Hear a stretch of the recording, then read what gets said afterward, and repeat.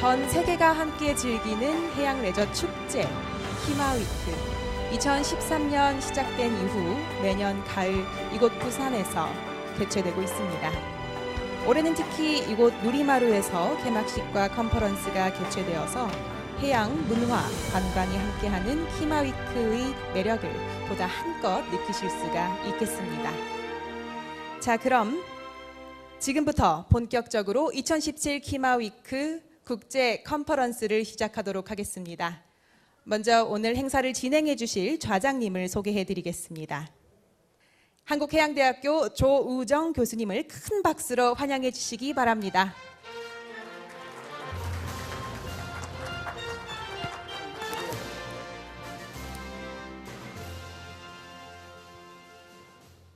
네, 안녕하십니까. 방금 소개받은 한국해양대학교 조우정 교수입니다. 올해로 5번째를 맞이하는 대한민국 국제해양레저위익 컨퍼런스 좌장을 맡게 되어서 영광으로 생각합니다. 해양레저 산업은 발전 가능성을 인정받은 선진국형 산업으로서 이에 대한 관심 또한 전 세계적으로 나날이 뜨거워지고 있습니다.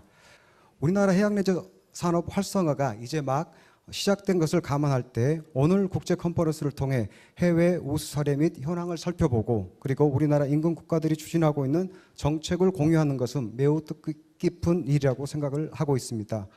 먼저 첫 번째로 발표해 주실 분을 소개하겠습니다. 세계 해양산업협회 사무총장이신 우더 클레인즈입니다. 오늘 발표해 주실 주제는 아시아 요트보트 시장 발전 현황입니다.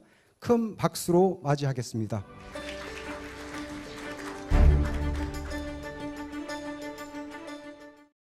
I asked myself, what recommendations can a Westerner who is only 2 years in this job give about developing the marine industry in Asia? And I've been a few times in Asia, and I've been a few times to other new markets, as we call them, around the world. And one thing I always learn is that boating everywhere in the world is different. People want to do boating in different ways, and people use boats for different ways. It can be a business tool, it can be a way to socialize with family, and it can be actually a way to enjoy water and water sports. So the way in which I thought I prepare this is to show you what our organization, ICOMIA, is doing, because it very much lives from exchanging opinions, from making experiences and sharing these experiences from across the world. So I'm really sharing about what I've learned from our members. ICOMIA exists because there is an understanding that the industry, when it develops, makes similar experiences. So one day it's an experience on taxation in the US, it will be repeated the other day in Portugal or in Korea or somewhere else. You see here our members, our full members, which are 36 national marine industry associations from 34 countries. In principle, everybody can join ICOMIA, but to become a full member, the organization has to be has to act on national level and be a representative of the entire industry. And what ICOMIA is doing is it basically creates this forum for its members. That's what we provide. We also actively work with some governments, and we do that through partnerships, and that's certainly the principles to which our members work as well. They engage with regulators and governments to show them feasible legislation, partnering with them on subjects such as technical regulations and environmental regulations, because we don't want accidents to happen, and we don't want boats to be seen as spilling the environment. We have to do our contribution to that, and that's why we have to engage with with legislators to show what is viable.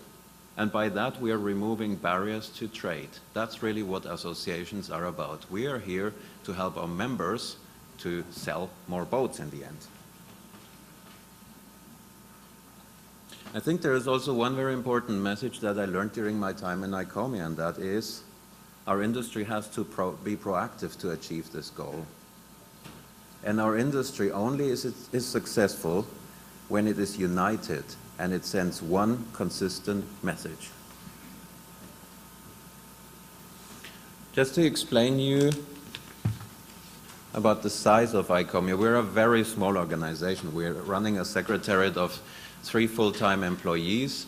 We do have 2 more consultants, but we're looking after a large membership which is spread across the globe. I would say the beauty of what we're doing is that we're neutral. And I think that's a very important element of our work. We do not consider or take into account, or we do not promote individual interests. We collect the opinion of the industry, and that is what we carry forward. So, and that's where we put our resources in, to remove barriers to trade. That's why we have 2 full-time consultants that do technical and environmental work. So that is harmonizing technical requirements on one hand, and on the other hand is trying to fight the daily increasing number of environmental regulations that are put in place on marinas, on boat yards, on boat operators, and so on. And I think a final element of the work that we're doing is we compile the global data of the industry. We try to produce the figures to describe how large this industry is. And I think that's a very challenging job in an industry that is fragmented. It's very many very small companies or small and medium enterprises and a few larger companies. But if you compare this to other industries like aerospace or automotive, you have a few very big players that have power and have the time and resources to do their representative work. So that's slightly different than what we're doing, but one element that we realize, we need this data. We need to show how many employees are connected to this industry, how much economic benefit and so on there is.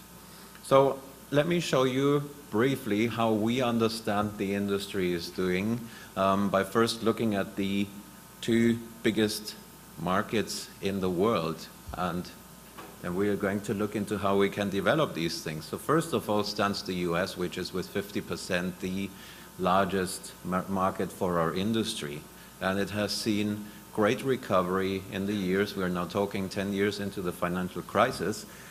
During that time, the industry has only recently, I would say in the last 3 years, really seen significant growth again. That is not only to the advantage of builders based in the US, but also from other large exporting nations, from Australia, from Italy, France, and so on. I think there is one key to this, and that is the customer wants new product. He wouldn't buy the same model that he can buy as a used boat. He wants to buy a new model, and that's why the companies have put a lot of effort into redesigning and putting out new models. You see that in particular on the situation in Europe, which again had a very tough time after the global financial crisis. There has been financial turmoil, breakup of the European Union, we had the migrant crisis and terrorism. So, and that saw in the years before and after 2008, 60% less of sales. And the industry had to go through this process. So companies, brands went into liquidation and were reacquired by other brands. The whole industry basically repositioned itself to resolve the issues that are associated with the overcapacity that we had, because it was tailored at the years before 2008. However, we now see that these companies are going into profitability, and that is good news. The industry at the moment is having, as far as we can see it, a good time. Let me just go back to the previous slide, because on the other hand, we have seen some new markets where the industry during the crisis has put in a lot of hope, and unfortunately that hasn't materialized, but that's going to be important for our discussion as well. If we look into new markets, how can the industry in Asia grow? That's, I think, the big question. But let's stick for now a bit with the data that we are actually producing, because boating is very popular. You see on the top of this slide, the large number of people that actually participate in boating. That is a lot. And it actually means that we have done well in providing them with boats, with kayaks, surfboards, and so on. It is immensely popular, and it has its effects on the industry, which, bear in mind, is very fragmented. But if you see these figures, it is actually large. $40 billion turnover worldwide. 1 million direct employees, 100,000 direct companies. And we're now going to look into what we call primary benefits. So that's what you see now. That is what ICOMIA can see with the data, and this is the absolute minimum. Some of our members do not report data, so this is really where we have the data. That's where we can say it. However, we have to think further, because apart from the primary benefit, and if a new market opens, it wouldn't have all the manufacturing in its country, would initially import products. So you have to look into the secondary benefits. They are from a large array of service providers, races, sailing clubs, up to restaurants and so on. That's where the money that boaters actually spend on the land is connected with. Do we have a figure for that? That's where things become much more difficult. But luckily, I got hold of a study from the UK Association, so in the United Kingdom. Bear in mind that's a country with, well, you wouldn't guess it's very much nautical tourism. They have very bad weather, but they have a network of inland waterways, and actually marine tourism is picking up there. And what you can see here on this table is, for example, the gross value added is 3.7 billion pounds, so that's roughly 4.2 billion US dollars. Money spent in the industry is around 400 million US dollar, and the rest of it is spent on land, and that is your secondary benefit. So if you try to apply that or understand that, that's a factor of 10. And actually, if you see, one job that you have on the land supports 10 jobs, in the marine nautical industry, one job on the land supports 10 jobs on the land.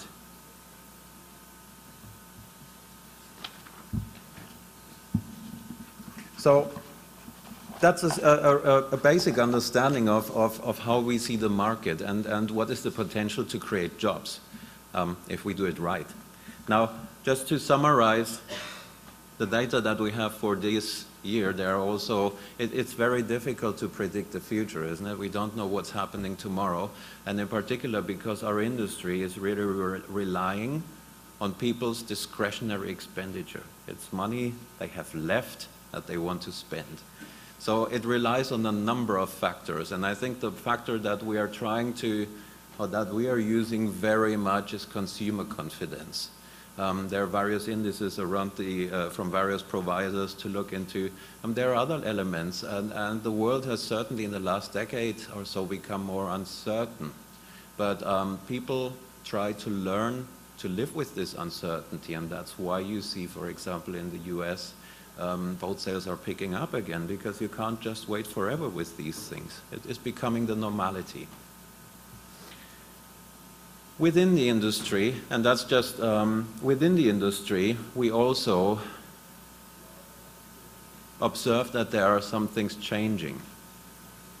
And that are matters that the industry has to address on its own. It's some challenges, and it's three things. The first thing is people wouldn't commit to one thing only. The behavior in leisure time nowadays is more diverse. And of course, owning a boat is something very committing. So that's why the industry, and that's where some segments are making great success, by providing the experience rather than selling a boat. Yeah, so that's the charter providers, the peer-to-peer boat rentals, even shared ownership. These concepts are successful, are very successful in our industry. Secondly, we see those who actually own a boat. We don't see, within boat ownership, we don't see, as a consequence of that, not very much young blood. And that's why some of our members, certainly, for example, Discover Boating in the US, have created initiatives to encourage boat usage and sell the concept of the activities, the degree of activities that people can have on the water. On the same hand, we have to learn and adapt boats to older users, maybe more handrails, maybe more lower barriers, and so on, so that these things have to be taken into account. And finally, we've been through decades of output. We have a fleet of 12 million boats in the US, 6 million in Europe, and these boats are to some extent coming into age. So we have to take care of the aging fleet. So I would like to show you, that's, I would say, almost the ICOMIA standard recipe on ingredients that you need for an industry to grow. And that's everywhere the same across the world, I would say. What does boating need to grow? Firstly, the economy has to be in a good state. As mentioned, we're talking about excess money, discretionary expenditure. Secondly, you need an upward and mobile middle class. You need supportive government policy, and that's where the industry becomes important, because the industry has to explain the values that it can provide. The industry shouldn't explain what it needs. The industry, to some extent, has to show the government what's in it for the government. It has to come with positive messaging. And one of these messages is that boating isn't something for the rich alone. Boating can be made affordable. Boating can be spread across. And one of these elements and one of these ingredients is the creation of public marinas. And then finally, the creation of a distribution and service infrastructure, as well as focus on quality and customer satisfaction. If you actually think about this, we want return customers. We don't just only want to dump our product on consumers. We want to make sure they come back and stay as boaters. And I think that's where, to some extent, supporting programs such as grassroots boatings, trying to get people attracted into boating from a very young age becomes very important. So if you just look into this question, as I change this slide, I've just done one change, and that's my spin on what does boating need in Asia to grow. We have healthy and growing economies in Asia, I believe. Do we have a strong and upwardly mobile middle class? In some countries of Asia, I think that is difficult, and generally you see globally the gap between poor and rich is becoming bigger. So that is an area where to keep an eye on. Then if you look again into the supporting government policy and the element of advocacy that the industry has to be done,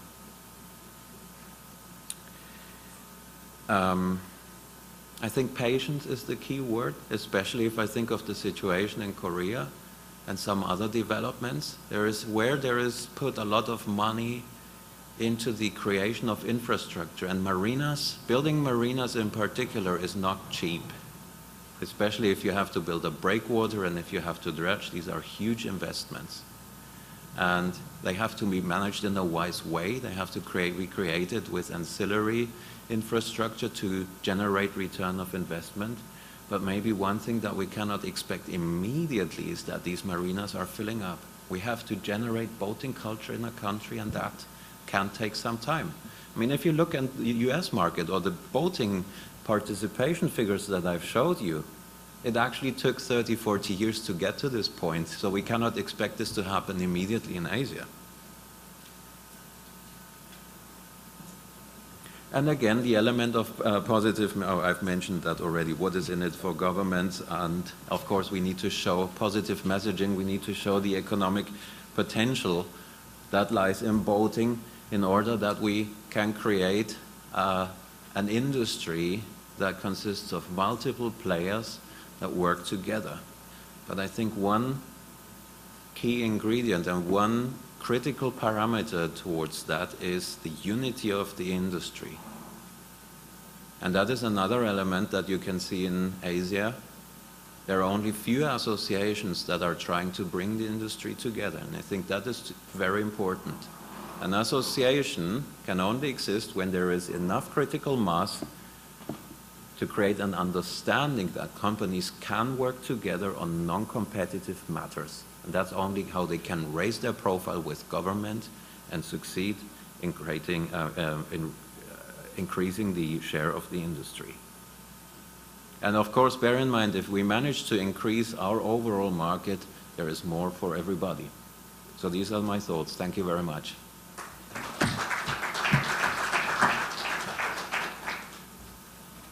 다시 한번 감사의 말씀을 드립니다.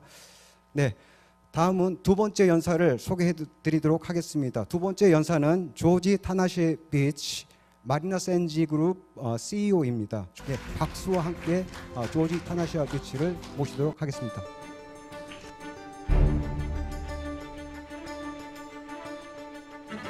Good afternoon. I'd like to talk to you about integrated resorts and the impact that they have on the markets in which we operate. But perhaps there might be a couple of people in here who don't know what an integrated resort is, so let me start by explaining that. Integrated resort is a term that was created by the Singapore government to apply to a big business, leisure, and tourism, entertainment destination that also has a casino in it. And the reason why they chose this name is so that people wouldn't focus on the casino element, because the casino only represents about 2% of our building. It's a very important 2% because it generates about 75% of our revenue, and it pays for a lot of things that aren't so profitable or might not be considered a great investment on a standalone basis. But it's really not the main focus of the business from a physical standpoint.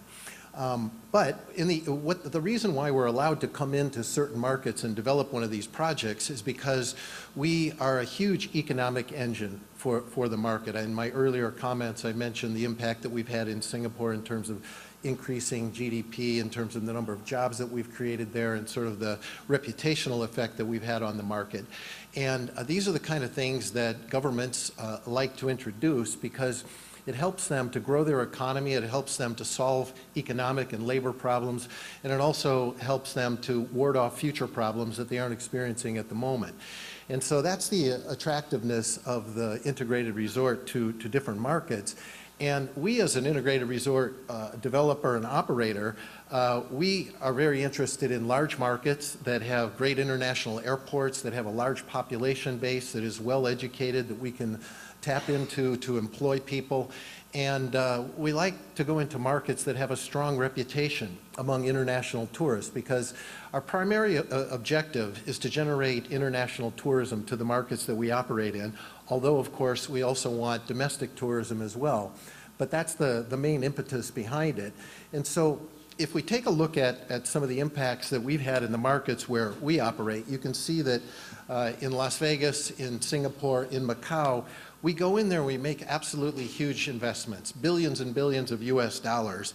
And the effect that it has on the market is really tremendous. And what I'm going to focus on in terms of most of my comments today is the job creation that we're responsible for in each of these markets, because that is what I think is of most interest to many people in Korea in terms of the impact that we might have. And we are a big consumer of goods and services, and so as a result, we need to employ a lot of people. You can see from this slide here that in Singapore, we have over 9,000 employees. Big investment, $5.6 billion, and impacting the economy by 1.25%. But it's not just the jobs that we create within our building. We have an overall ripple effect on the economy where we're creating jobs all across the island. And so over 46,000 jobs were created as a result of the development of Marina Bay Sands. But Marina Bay Sands has been viewed as sort of the benchmark or the case study for new markets that are considering it, because of the success that we've had, because of the amount of tourism it's drawn into Singapore, and the fact that we've been able to manage risks that's sometimes associated with casinos, in particular gambling addiction issues. And in fact, the rate of gambling addiction has declined in Singapore since we've opened there, because of the type of regulation we put in place and the awareness that we built and the public education program that we've engaged in to make sure that people who are at risk can identify the problem and then seek out resources to help them with that. But from this slide, you can see the amazing impact that we've had on creating tax revenue for the government. Here, 4.8 billion US dollars for the government of Singapore that can be used for a variety of things, building infrastructure and initiating new government programs. But it's as a single entity, this is a huge generator of tax revenue.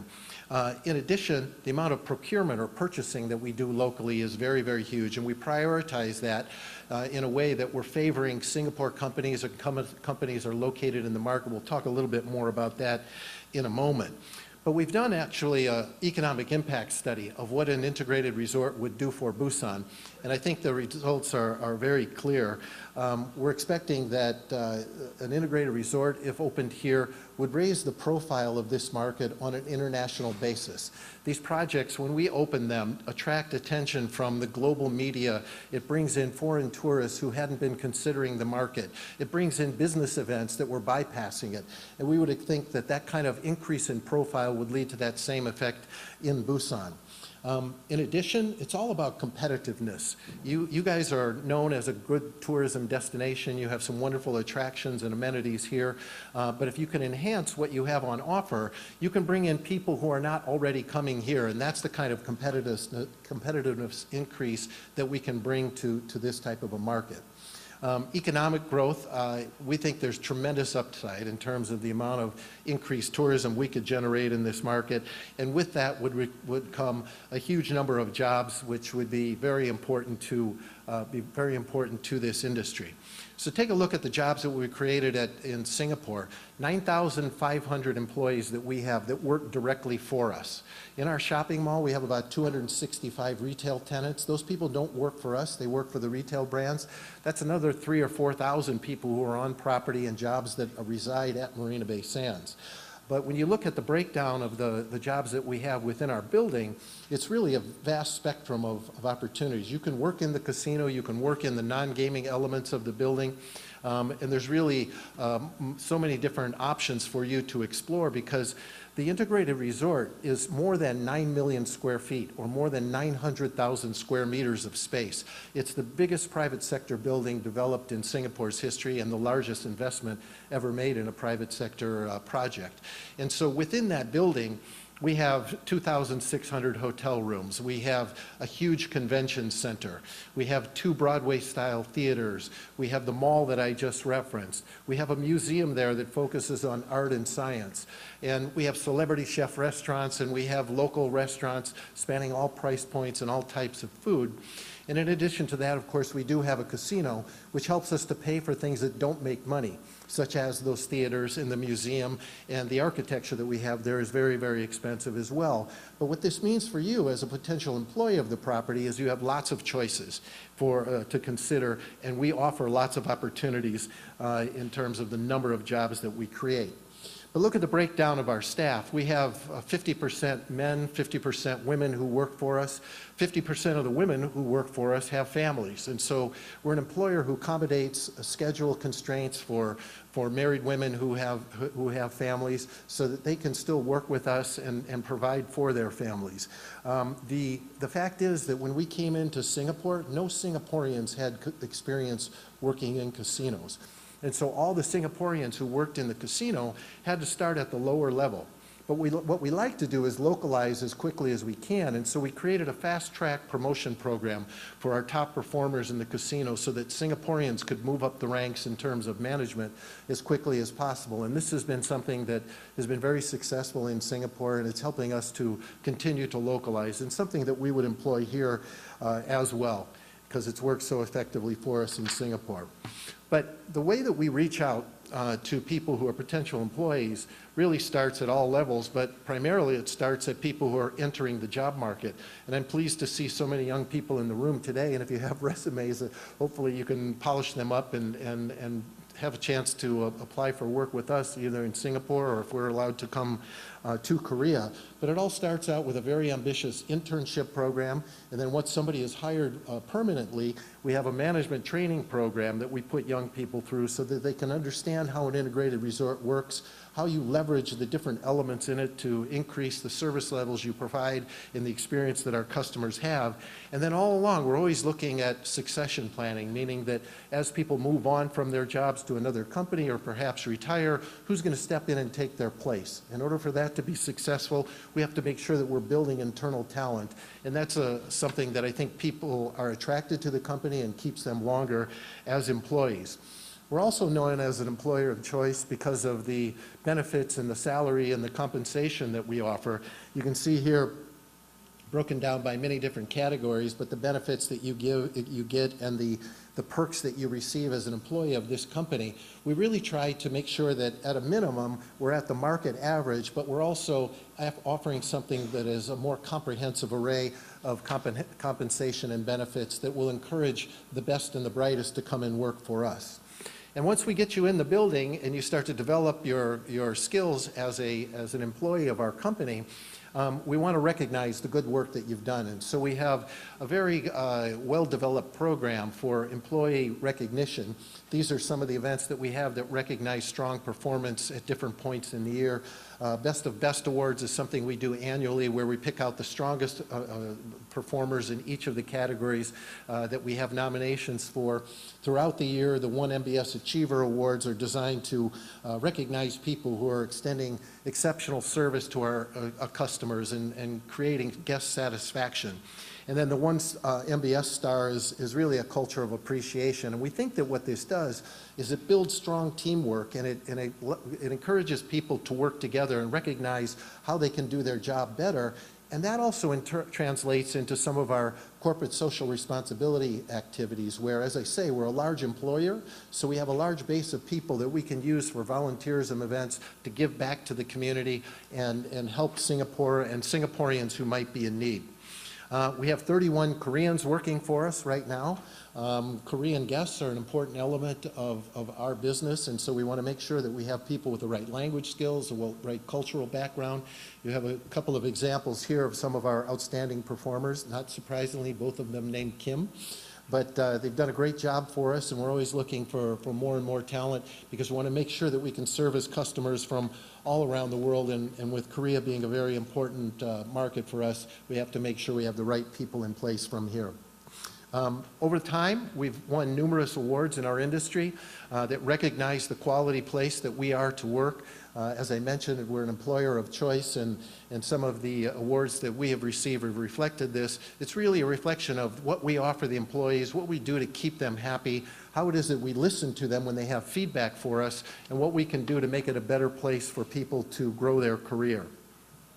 But we don't just create jobs within the four walls of MBS. Because we're a big consumer of goods and services throughout the country, we're creating jobs outside of Marina Bay Sands. I mentioned 46,000 total in Singapore. This comes from the fact that 90% of our procurement, or the purchasing that we do to run our business, is done locally in Singapore. And that 90% is split equally between purchases that we make from big companies and small and medium-sized enterprises.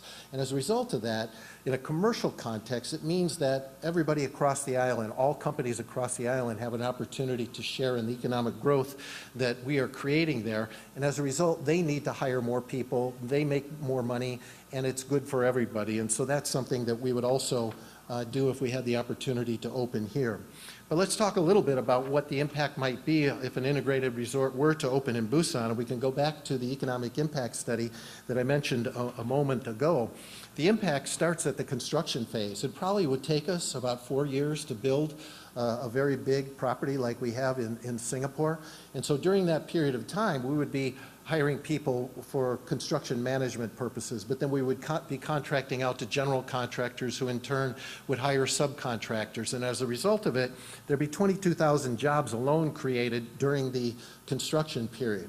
And then once we got to the point where we were fully open, then things would move on from there, and you could see that the impact would be even greater.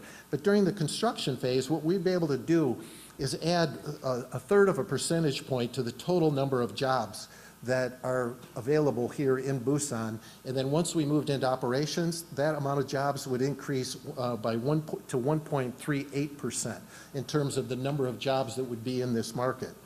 But I think that one of the biggest challenges that you face in Korea in general right now is that there is a high unemployment rate for young people, people 35 years and younger. It's at 9.4% right now.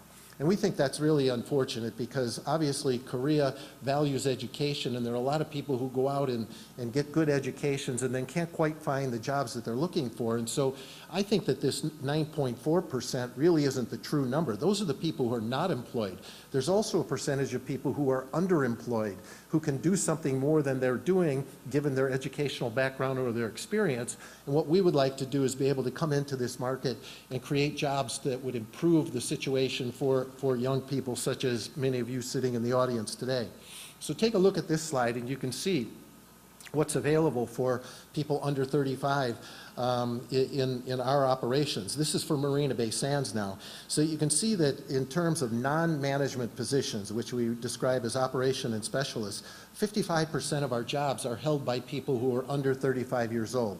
And then when you go to the management ranks, 36% of those positions are held by young people. So on balance, all across the property, our employees 35 and under are 52% of our workforce. And so we think that this kind of an approach would address a specific labor market imbalance that you have in Korea right now and would be really an opportunity for many of you to come in and work with us.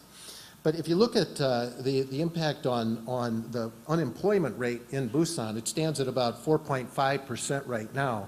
So during construction, because of the number of jobs that we would create, it would bring that number down to 4.2%. And then when we opened up and created even more jobs, that would bring the unemployment rate down to 3.1% in Busan. And so you can see that this is just a single building that would sit probably on your waterfront, but a huge impact in terms of what it would do for your employment market. And I draw the distinction between an integrated resort and the number of jobs that we create and something that is like, for instance, in the high-tech industry, where you see a multi-billion-dollar investment in a high-tech factory, it creates jobs in the hundreds. If that same kind of dollar investment in our industry, since we're a heavy user of labor, it means thousands. And so our investment is more impactful on your labor market than some of these other high-tech industries that draw a lot of headlines. But so when it all comes down to it, we offer a wide range of opportunities for people of all education backgrounds, all ages, all experience levels.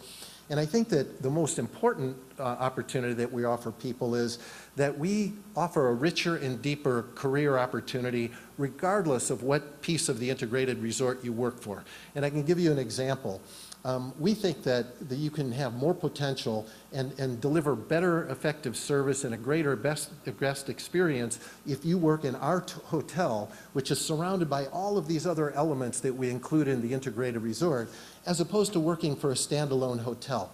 So you can leverage the fact that we have a theater or a shopping mall or celebrity chef restaurants to give your hotel guest a better experience. So you working in the hotel have a more enriching personal career and a more opportunity for progression up the hierarchy and advancement within our company. And it's, I think, a more exciting day-to-day existence on the job.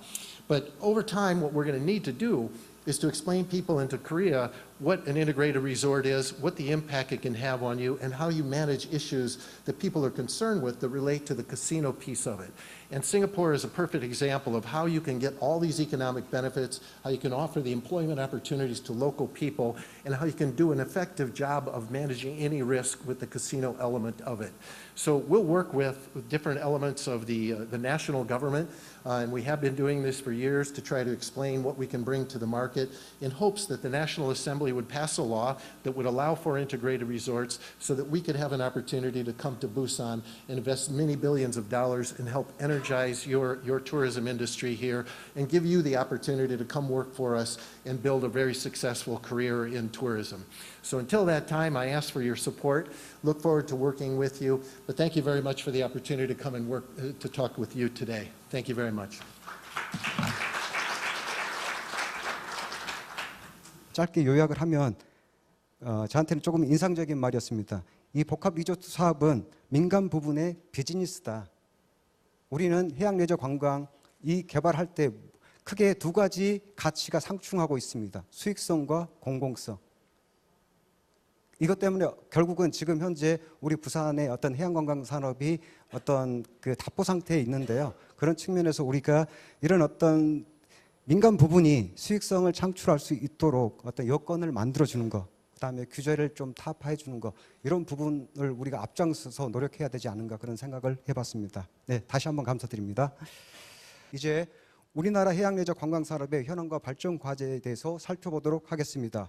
이와 관련해 발표를 해주실 연사는 영산대학교 해양레저관광학과 학과정으로 계시는 김철우 교수님입니다. 예, 단상으로 모시겠습니다. 김철우 교수님은 현재 한국스포츠관광학회 회장님을 또한 역임하고 있습니다. 예, 다시 한번 박수로 환영해 주시기 바랍니다.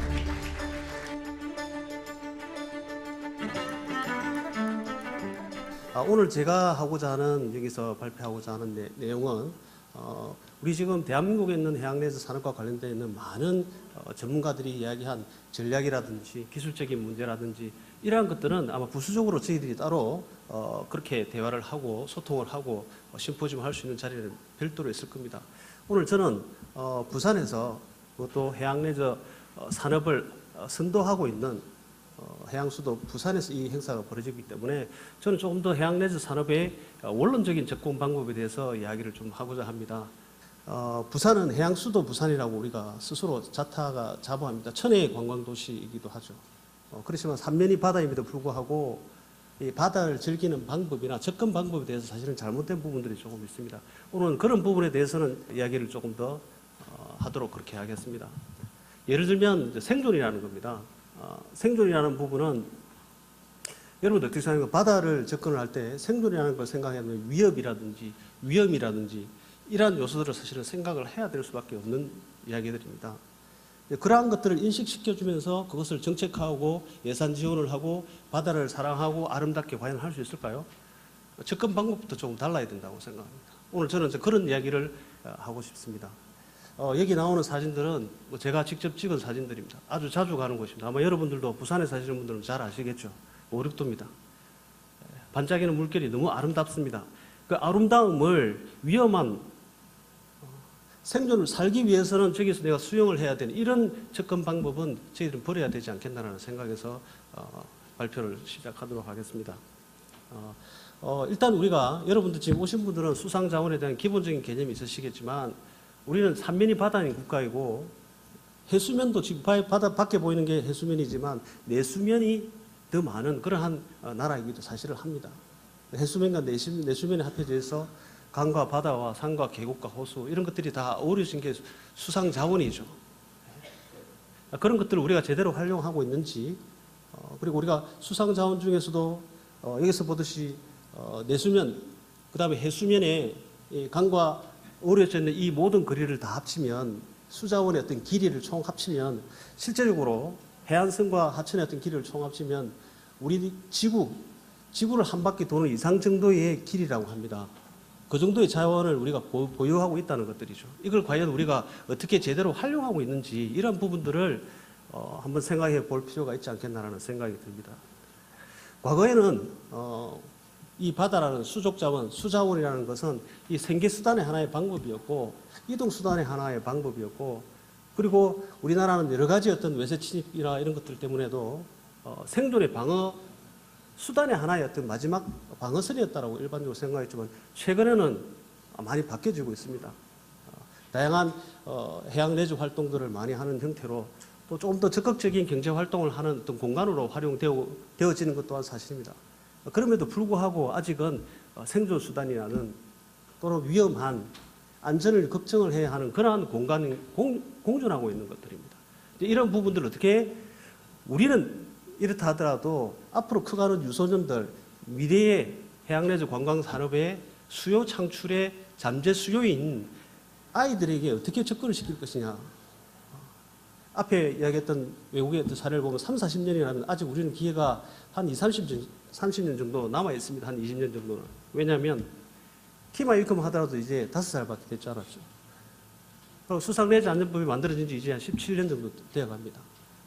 최근에 이제 수중 활성화와 관련되어 있는 법안들도 만들어져서 여러 가지 활성화가 이루어지고 있지만 이런 것들을 고려한다면 얼마든지 가능한 부분들이 있다는 이야기입니다. 우리가 일반적으로 바다를 즐기는 방법은 여러 가지들이 있습니다. 그 중에서도 바다에 직접 들어가거나 바닷가에서, 바닷가 언덕에서, 산에서 또는 심지어 하늘을 날면서 바다를 즐기고 보고 이렇게 나누고 있습니다. 공유를 하고 있습니다. 우리 한국 사람들이 여러 가지 어떤 해양 레저 스포츠 활동을 이제는 많이 사실은 하고 있지만 실질적으로 우리 국민들이 생활 스포츠로 가장 많이 하고 있는 생활 스포츠가 보시다시피 걷기와 등산입니다. 예. 걷기와 등산이 가장 많은 부분을 차지하고 있고 아쉽게도 이게 해양 스포츠 부분, 해양 레저 산업 관광의 기틀이 되고 기반이 되는 해양 레저 스포츠 부분은 아직 채 1%에도 미치지 못하는 미약한 수준이라는 이야기입니다. 앞에 정부기관 관계자분들이나 지자체에서 여러 가지 지원책이나 현재의 제도를 말씀을 하셨지만 그럼에도 불구하고 아직 미약한 수준이라는 이야기죠. 이런 부분들을 어떻게 개선을 할 수 있을 것이냐라는 것에 대해서 저희들이 한번 생각해 볼 필요가 있다는 겁니다. 다행스럽게도 이 수치에 보면은 그나마 해양 레저 스포츠는 아니지만 수영과 관련되어 있는 인구와 동호인 수가 그나마 한 10만 명 가량 정도 됩니다. 여기에 대한민국의 공공 및 민간 수영장 시설이 대략 한 1,000개 이상이 됩니다. 1,100개 정도. 한 개 수영장에 수영을 배우거나 지금 익히고 있는 사람들을 대략 한 1,000명에서 1,500명만 본다면 실질적으로 지금 현재 존재하는 해양 레저 관광 산업의 미래 수요자, 잠재된 고객들이 대략 100만 명에서 200만 명을 상회하는 고객들이 현재 존재해 있다는 겁니다. 이런 분들을 우리 뒤에 있는 바다로 또는 강으로 해양 레저와 관련된 활동을 할 수 있는 장으로 끌어내야 된다는 겁니다. 그러기 위해서는 마음의 문을 열도록 해줘야죠.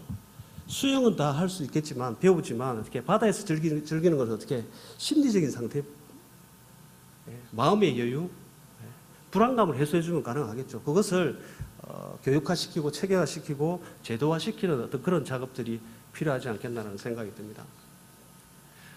미래의 어떤 그런 관광 트렌드를 세계관광기구에서는 앞으로 미래의 관광 수요는 해양 관광이다라는 이야기를 많이 합니다.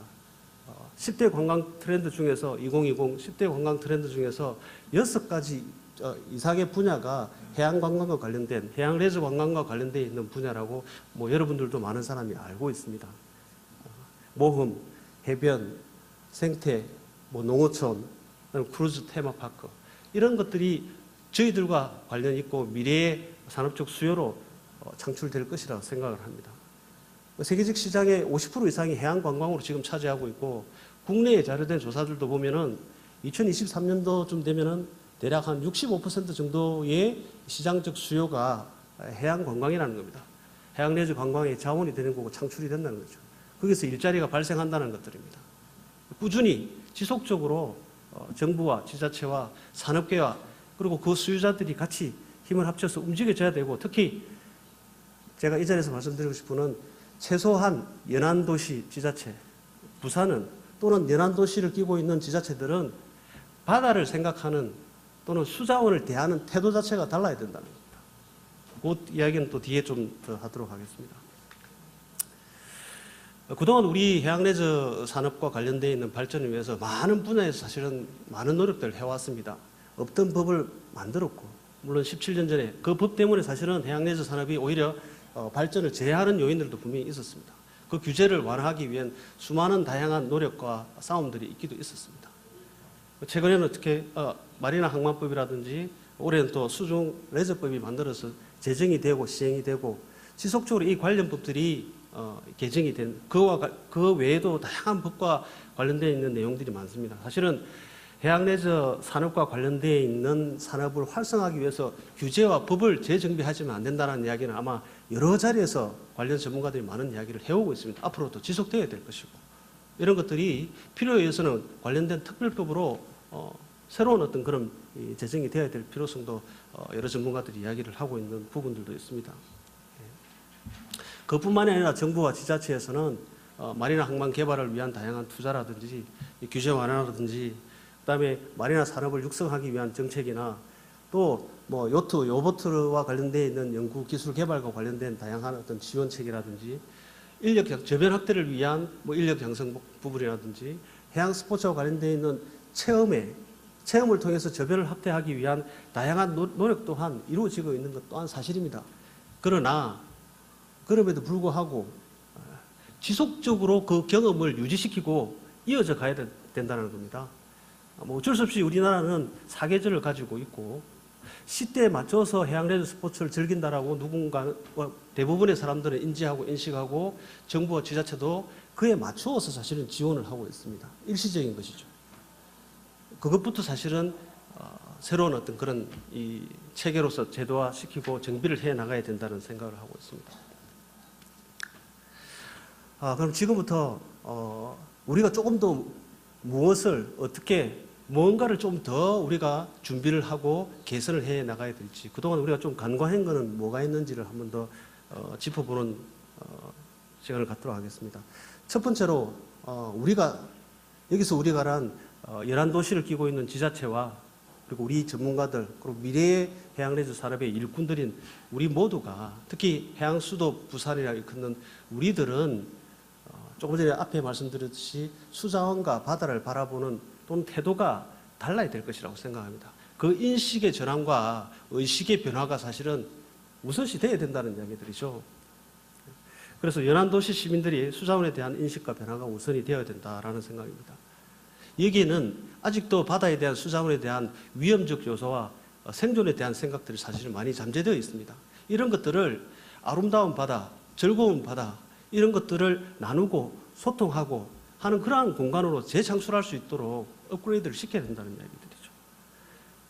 그리고 앞에 잠시 이야기했지만 경험을 지속할 수 있는 미래 산업을 창출할 수 있는 잠재 수요를 지속적으로 개발을 해야 된다는 것들입니다. 그러기 위해서는 해양 스포츠, 해양 레저 스포츠와 관련되어 있는 부분에 조금 더 적극적인 장기적인 지원을 좀 해야 되지 않을까. 그리고 유소년들에게 이러한 경험들을 지속적으로 함으로 인해서 바닷가에서 놀던 아이들이 보드를 타고 해안가 가까운 데서 놀다가 결국은 요트를 타고 보팅을 하고 좀 더 액티비티한 여러 가지 활동들을 할 수 있는, 그렇게 성장함으로 인해서 얻어지는 효과는 결국 해양레저 산업의 발전과 직결되어 있지 않겠나 생각합니다. 그러한 어떤 선순환 구조가 필요하다는 것들이죠.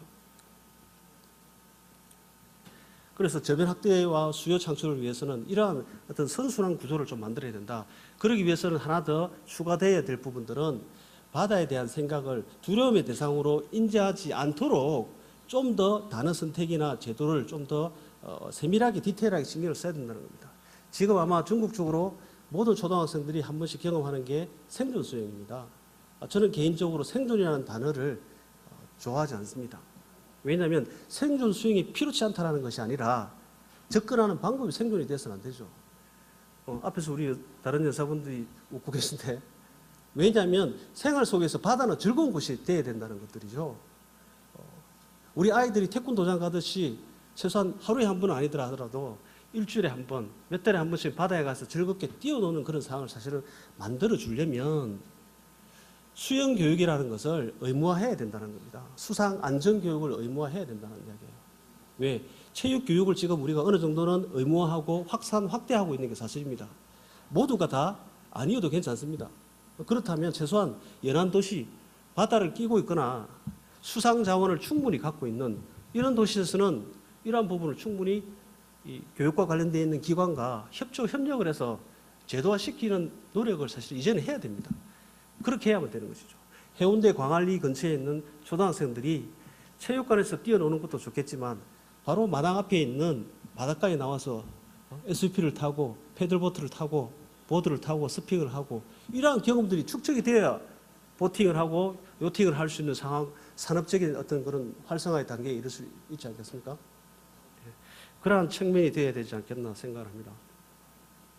방금 말씀드린 수행에 대한 어떤 그런 의무교육, 초, 중, 고 모두가 다 아니어도 괜찮을 것 같습니다. 적절한 목표, 우리의 환경에 맞는 적절한 목표치를 가지고 수행 교육이 이루어지면 될 것 같아요. 그리고 삼면이 바다인 우리 이 연안 도시에서 이 정부와 앞에 여러 다른 연사도 말씀하셨지만 정부와 지자체와 그리고 정부와 지자체의 각 부서별 전문적인 어떤 역량을 가지고 있는 분들이 정책적인 개발을 하고 그다음에 개발 사업을 추진할 때 과연 얼마만큼 융합적으로 서로 소통을 하는지 이런 부분에 있어서는 아마 조금 더 우리가 개선되어야 되지 않겠나라는 생각을 가지고 말씀을 드려봅니다. 그리고 특히 해양레저 산업이 우리가 지금 부르짖듯이 미래 산업이라고 이야기하지만 기업들은 적극적인 투자를 사실은 잘 하지 않고 있는 게 사실입니다. 왜 그럴까요? 기본적으로 사업의 타당성에 문제가 있거나 뭐 잘 아시다시피 법적인, 제도적인 규제의 여러 가지 문제 때문에 실질적으로 사업을 해서 어떤 수익을 올릴 수 있는 구조가 아직은 쉽지가 않다라는 이야기입니다. 거기에 플러스 실질적으로 수요 자체가 지속적으로 창출되고 있지 않다라는 그 부분 또한 사실인 것들이죠. 그것 플러스 해양레저 산업이라는 그 자체가 어떻습니까? 서비스가 양적으로, 질적으로, 지속적으로, 안정적으로 유지한다는 것 자체가 사실은 쉽지 않다는 이야기들이죠. 이런 부분들을 개선할 수 있도록 여러 전문가들의 노력에 의해서 산업계군들과 지속적인 보완과 이런 노력들을 해야 된다는 이야기들입니다. 그리고 또 하나 내수면과 해수면의 어떤 그런 이 컨트롤 타워, 우리가 정부 기관에서도 내수면 관리 기관과 해수면의 관리 기관이 중복되어서 겹치거나 또 이원화되어 있는 부분이 명확하게 규정되지 않는 그런 부분들도 여러 국회 공청회에서 이야기들을 한 바도 있습니다. 그런 부분들 또한 사실은 정리가 돼야 되고 앞에 우리 또 다른 연사들이 이야기했지만 데이터를 지속적으로 축적할 수 있어야 되는데 해양레저 산업 부분에 있어서 과연 데이터가 어느 정도 어떻게 축적되어 있는지 아마 여러분들도 아직은 미숙한 단계라는 것을 아마 잘 아실 겁니다. 제가 끝으로 한번 말씀드리면 어쨌든 우리 해양 수도인 부산, 연안도시, 삼면이 바다인 대한민국 관련되어 있는 정부기관에서는 이 바다와 수자원, 수상자원을 바라보는 대안은 태도가 사실은 달라야 됩니다. 그리고 조금 더 적극적으로 3, 40년 장기적으로 인내하고 예산을 지원하고 정책적으로 개발하고 규제를 완화할 수 있는, 그리고 산업계에 종사하시는 분들도 좀 더 양질의 서비스를 안정적으로 유지할 수 있는 노력들을 지속적으로 해 나가야만 향후에 미래의 우리 해양레저 산업이 보다 발전하고 어떤 좋은 성과를 낼 수 있는 상황이 되지 않을까 생각합니다. 감사합니다.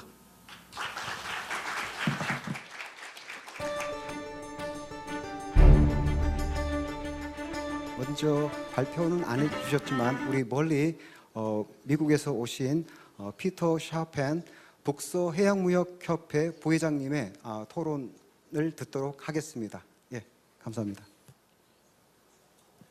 Good afternoon, and thank you so much for the invitation to be here again at Kima Week. This is my third visit to Busan, my third Kima Week, and each time I visit, it's such a pleasure to be in such a beautiful city, and a real honor to be here, so thank you, and I wanted to say that. So yes, in Washington State and Seattle, where I'm from, and in the United States, we like to say that boating means business, and I was going to talk a little bit about, maybe during the Q&A or later on, a little bit about what that means, but in general, behind every boat, there is a working waterfront that supports those vessels, and those different businesses have organized under associations, like the Chambers of Commerce in the United States, and I have the great fortune of working for a trade association that supports the United States' $36 billion recreational boating industry. So that's really where I'm coming from. And I'm very optimistic about the beauty and the nature of this area, and as very optimistic that it definitely has the fertile ground for the recreational boating industry to take off. As some of the previous speakers said, all the conditions are ripe.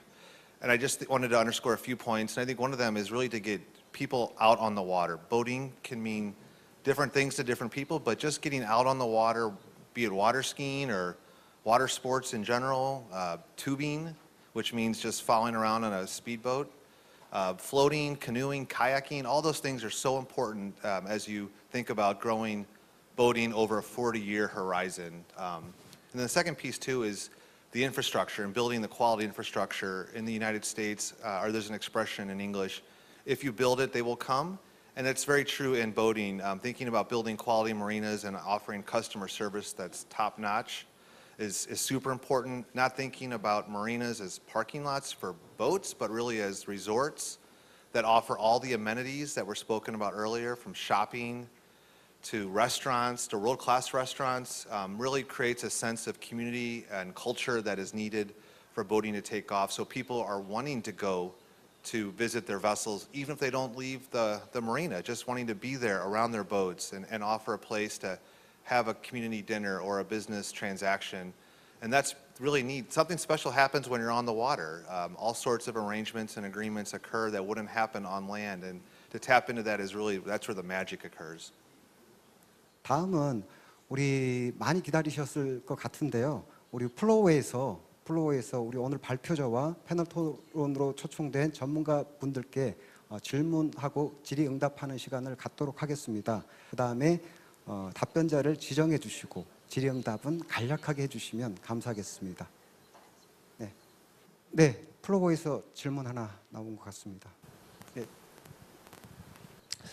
지금 부산 바다를 부산 연안을 이렇게 지금 그 예를 들어 기장부터 해서 해운대, 뭐 이기대, 이렇게 송도, 영도까지를 예를 들어서 카약을 가지고 카약으로 투어를 해서 그 연안을 쭉 투어를 하는 그런 어떤 프로그램을 한번 이렇게 만들어서 부산 시민이든 외부에서 오신 분들한테 이렇게 한번 이런 상품을 좀 알려보고 싶은 생각을 내가 가지고 있는데 이게 모르겠습니다. 개인이 이렇게 지금 그 창업을 한다든지 이런 사업을 할 수 있는 그런 권리라든지 뭐 제약이라든지 이런 게 있는지 그리고 지금 별로 없는 것 같아요 이쪽에서는. 그리고 뭐 협회나 이런 데서는 그런 어떤 수영강에서도 뭐 카약하고 이런 걸 한번 한 거를 내가 본 적이 있는데 모르겠습니다. 그래서 이런 창업을 하는 데 있어서의 누구나 할 수 있는 건지, 그러니까 또 만약 이런 걸 한다면 어떻게 도움을 받아야 되는지 이런 거 관련해서 좀 알려주시면 고맙겠습니다.